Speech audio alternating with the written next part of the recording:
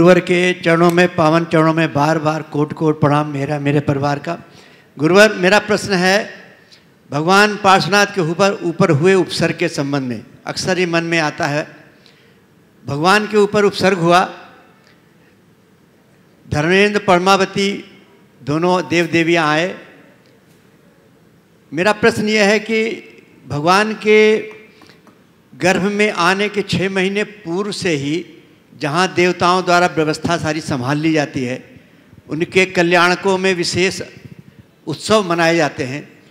और जब भगवान के ऊपर उपसर्ग हो रहा है तो वो देवी देवी आए तो उन्होंने उसको मना नहीं किया कि तुम उपसर्ग मत करो, बल्कि उस उपसर्ग को दूर करने के लिए एक ने ऊपर चवर लगा लिया, एक ने वो सर पे बैठा लिया। तो मना भी कर सकते थे, तो मना क्यों नहीं किया कि आप ऐसा उपसर्ग दूर, ऐसा नहीं करो, उपसर्ग नहीं करो। नमस्ते भगवान। देखिए, बात बिल्कुल सही है। आपके सवाल में एक कड़ी और जोड़ता हूँ। आके उपसर्ग दूर करने की जगह पहले ही से जान लेते कि जो उपसर्ग करने वाला है तो उसको शुरू में ही बाईपास कर देते, झमेला ही नहीं होता। आदिनाथ भगवान के लिए इंद्र ने ये तो दिमाग लगा लिया कि भगवान को वैराग्य क्यों नहीं हो रहा है, चलो नीलांजना भेजो, निकले भगवान 83 लाख पूर्व यहीं निकाल दिए, कब उद्धार होगा लोगों का। पार्श्वनाथ भगवान के समय में इंद्र क्यों नहीं सोचा कि इनके पीछे वो कमठ लगा हुआ है 10 भवों से, आकर फिर गड़बड़ करेगा, उसको रास्ते पे लगा दे।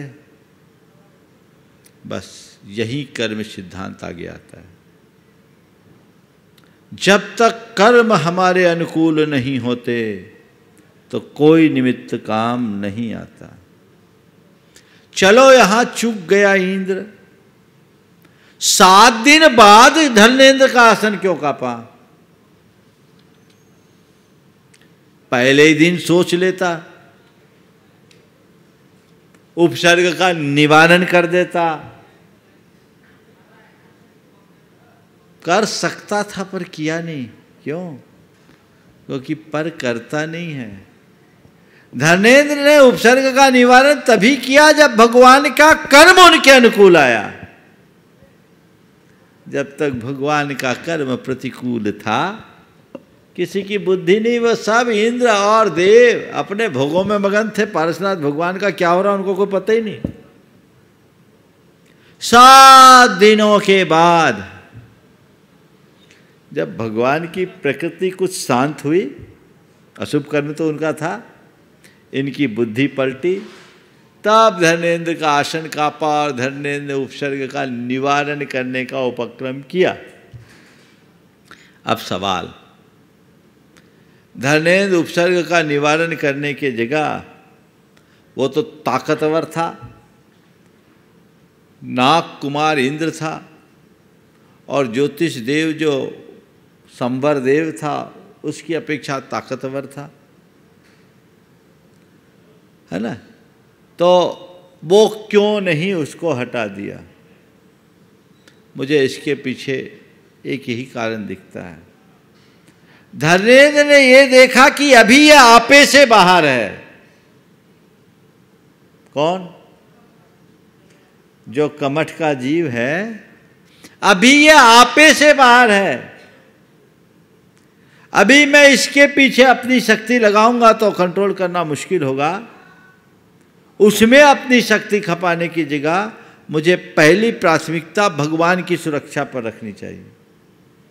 समझ गए?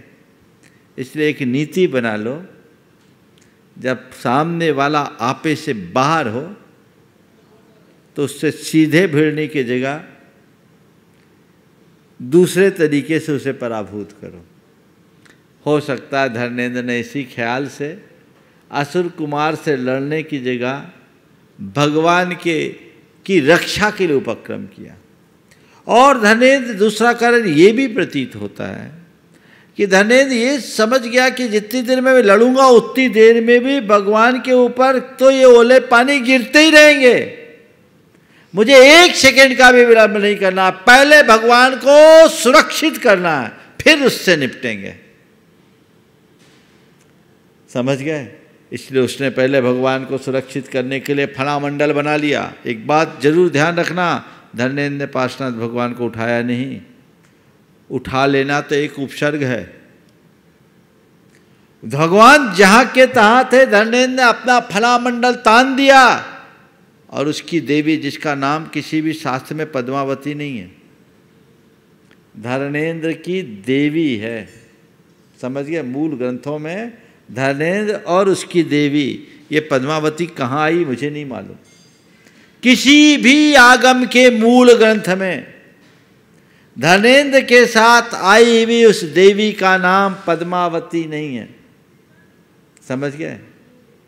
तो धर्मेंद्र ने फन फैलाया और उसकी देवी ने उस पर छत्ता ताना, वज्र दंड युक्त छत्र ताना। मेरे पास एक चित्र है जो एलोरा में अंकित है। पार्श्वनाथ भगवान ध्यान में मग्न है, कमठ उन पर उपसर्ग कर रहा है, धर्मेंद्र आया है, उसमें फनामंडल ताना है और उसकी देवी ने छत्र तान दिया। हाँ, मेरे पास चित्र यहाँ भी है। तो वो समझिए इस बात को। खैर जो भी हो, तो उन लोगों ने भगवान के उपसर्ग का निवारण किया और कमठ को, उस धर्मेंद्र को कमठ से निपटने की जरूरत ही नहीं पड़ी, क्योंकि निपटे उससे पहले कमठ की बुद्धि पलट गई। वो खुद भगवान की शरण में आ गया, भगवान का केवल ज्ञान, भगवान को केवल ज्ञान हो गया और कमठ का कल्याण हो गया। ये समझना चाहिए।